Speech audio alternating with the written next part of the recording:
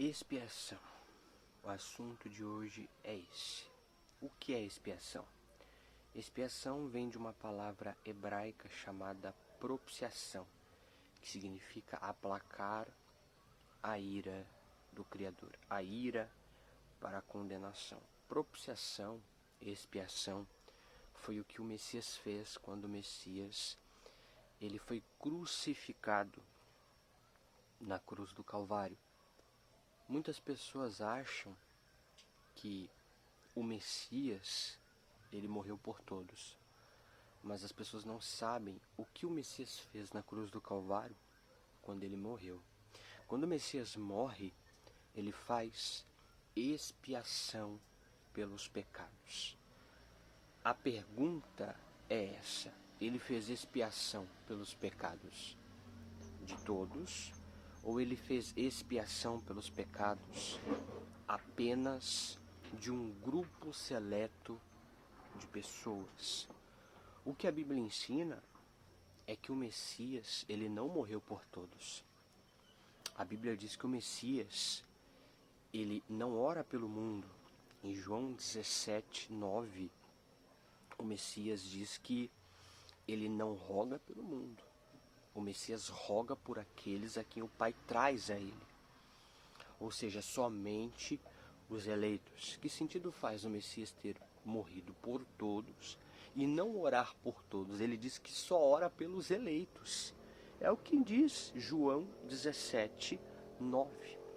Segundo ponto, o significado de expiação é aplacar a ira, desviar a ira do Criador, a ira para a condenação. Agora reflita comigo, pense comigo. Se o Messias tivesse morrido, fazendo expiação pelos pecados de todos, todos seriam salvos, porque a ira para a condenação teria sido desviada de todos, e já não haveria mais motivo para ninguém ser condenado. Só que isso contradiz o que diz, a Bíblia não se contradiz. São as pessoas que impõem os seus achismos nos textos bíblicos. São as pessoas que isolam os textos da Bíblia, são as pessoas que fazem interpretações equivocadas. Em João 3,36, a Bíblia diz que aquele que rejeita o Filho, a ira do Criador permanece sobre ele. Agora, como que, quando o Messias morreu, ele desviou a ira de todos? Sim, João 3,36, o apóstolo João diz que aquele que rejeita o Filho, o Messias, a ira do Criador permanece sobre ele. Ou seja, esta ira, que é ira para a condenação, ela não foi desviada de todas as pessoas do mundo, sem exceção. Ela só foi desviada de um grupo seleto de pessoas. Quem são essas pessoas? Os eleitos de Efésios capítulo 1, versículo 4, que diz que o Criador nos elegeu antes da fundação do mundo para sermos santos e irrepreensíveis, e em amor nos predestinou para filhos de adoção por meio de Yahushua HaMashiach, que é o nome verdadeiro do Messias. Então, se ele tivesse desviado a ira do Criador de todos, João 3,36 não diria que aquele que rejeita o Filho, a ira do Criador permanece sobre ele. Então, esta ira para a condenação foi desviada dos eleitos. É por isso que não tem como um eleito perder a salvação, porque a ira para a condenação foi desviada dele. Quando o Messias morre, ele paga pelos pecados dos eleitos, e o Criador não pode punir o mesmo pecado duas vezes. Quem que foi punido no lugar dos eleitos? O Messias.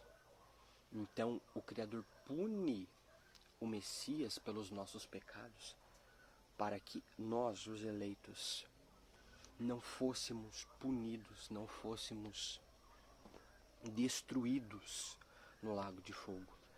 Porque a lei, ela exigia que o pecado fosse punido com a morte. E em Romanos 3,23 a Bíblia diz que todos pecaram, e quem peca merece justo castigo. Hebreus 2,2, toda transgressão e desobediência merece justo castigo. Então o Criador envia o Filho para cumprir o plano de redenção. Ele cumpre a justiça no Messias, ele cumpre a ira no Messias para não cumprir em nós. Só que o Messias, ele só sofre essa justiça e essa ira no lugar dos eleitos. O que as pessoas têm que entender é que quando ele morre, ele faz expiação. As pessoas têm que entender o significado de expiação. O Messias, quando ele morreu, ele não possibilitou a salvação. Ele salvou eficazmente os eleitos. Todos os eleitos que são chamados e regenerados, eles têm o sacrifício eficaz do Messias cumprido neles. Por isso que em Romanos 8 diz que nenhuma condenação há para aqueles que estão no Messias, que não vivem mais segundo a carne, mas vivem segundo o Espírito. Então é por isso que não tem como um eleito perder a salvação, porque se o eleito ele fosse condenado, o Criador estaria punindo 2 vezes o mesmo pecado. O Criador não pode punir 2 vezes o mesmo pecado, porque ele já puniu o Messias no nosso lugar para não nos punir. Mas isso só tem valor para os Messias. Isso só tem valor para os eleitos. Somente para os escolhidos. Ah, mas então o Criador foi injusto, porque ele criou um plano de redenção para se cumprir somente nos eleitos. Por que ele não salva todo mundo? Em primeiro lugar, o Criador ele não tem obrigação de amar criaturas que já nascem corrompidas pelo pecado, sendo que o pecado vai contra a natureza do Criador, que é inteiramente pura. O Criador tem a obrigação de cumprir a justiça em mim, punir a mim, porque é isso que eu mereço, punição, é isso que eu mereço, condenação, porque eu nasci do pecado, eu pequei, e o salário do pecado é a morte. Então o Criador tem a obrigação de cumprir justiça e ira em mim, e não amor. Não. Esse atributo ele não tem obrigação de cumprir em ninguém, porque todos já nascem do pecado merecendo a condenação, já nascem condenados. A diferença é que tem pessoas que se convertem, são regeneradas porque foram eleitas. O sacrifício do Messias se cumpre nelas. Por quê? Porque essas pessoas, elas estão predestinadas à salvação. É isso que a Bíblia ensina, o Criador predestina pessoas para a salvação. As pessoas têm que entender que elas já nascem condenadas. Romanos 3:23, todos pecaram e separados do Criador e do poder da sua majestade estão. Romanos 6:23, o salário do pecado é a morte. Hebreus 2:2, toda transgressão e desobediência merece justo castigo. Que justo castigo é esse? A condenação. O que é a condenação? A destruição, depois de um julgamento justo. Depois que os ímpios não eleitos sofrerem um castigo, uma punição por todos os pecados que eles praticaram aqui na terra, conforme diz Lucas 12:47-48, eles serão destruídos no lago de fogo. E justamente porque eles merecem isso. Então o Criador, ele decide cumprir seus atributos de bondade apenas nos eleitos. Então quando o Messias morre, ele morre, só que ele morre pela igreja. Prova para mim que ele morreu somente pela igreja. Provo para você sim. Efésios 5, do versículo 22 ao versículo 25, diz que o Messias amou a igreja, entregou-se a si mesmo por ela. Por quem? Por todos, sem exceção? Não, pela igreja. Para santificar, purificando-a com a lavagem da água, que é a palavra. Não é água física, porque água física não salva ninguém. Batismo em água física é um ritual representativo e simbólico. Não é uma etapa da salvação e não salva ninguém. Então, Paulo diz que o Messias se entregou pela igreja. Quem é a igreja? Os eleitos. Todo aquele que é regenerado se torna parte da igreja, membro individual do corpo que é a igreja. Ah, mas em 1 João 2:2 a Bíblia diz que ele é a expiação, ele é a propiciação pelos nossos pecados, não somente pelos nossos, mas de todo mundo. O que as pessoas têm que entender é que a palavra mundo, que no grego é cosmos, cosmos significa mundo, ela sempre está ligada a um contexto que remete ou a um grupo seleto de pessoas ou a classes de pessoas. Ela também é usada para se referir a todos sem exceção, mas depende do contexto em que essa palavra está. Por exemplo, em João 3,16, que é um texto muito conhecido pelas pessoas, o apóstolo João usa a palavra mundo, lá, cosmos. Só que cosmos lá não está se referindo a todos como se o Criador amasse a todos. Provérbios 6,16 diz que 6 coisas o Senhor odeia, a 7ª ele abomina. A 6ª é a falsa testemunha, que profere mentiras contra o seu irmão. A 7ª é o que semeia contenda. Então perceba que ele não odeia só a contenda, mas o que semeia. Ele não odeia só a mentira, mas também a falsa testemunha, que é uma pessoa que profere mentiras contra o seu próximo. Em Salmos capítulo 5, versículo 4 e 5, a Bíblia diz que o Criador odeia os iníquos. Então, como que o Criador ama todas as pessoas do mundo sem exceção? É que, infelizmente, as pessoas elas interpretam a palavra cosmos de forma errada, como se cosmos tivesse um único significado, significando todo sem exceção.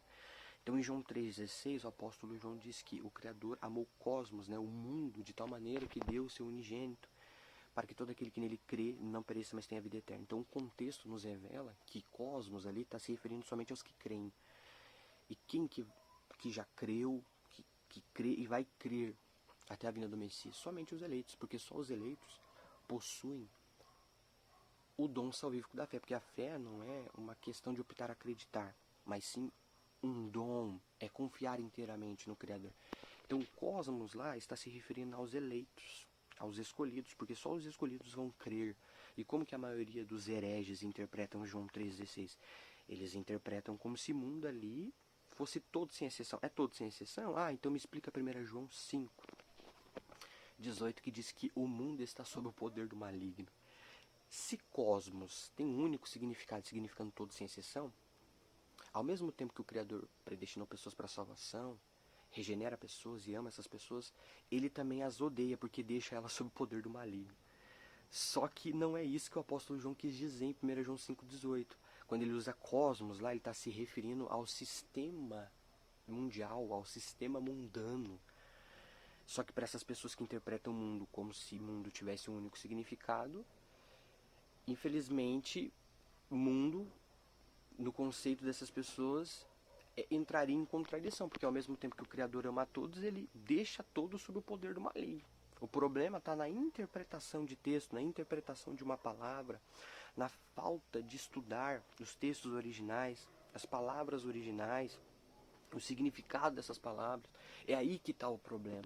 Então não, o Criador não ama todos sem exceção. E também não é obrigado a amar uma criatura que nasce uma natureza caída e corrompida pelo pecado.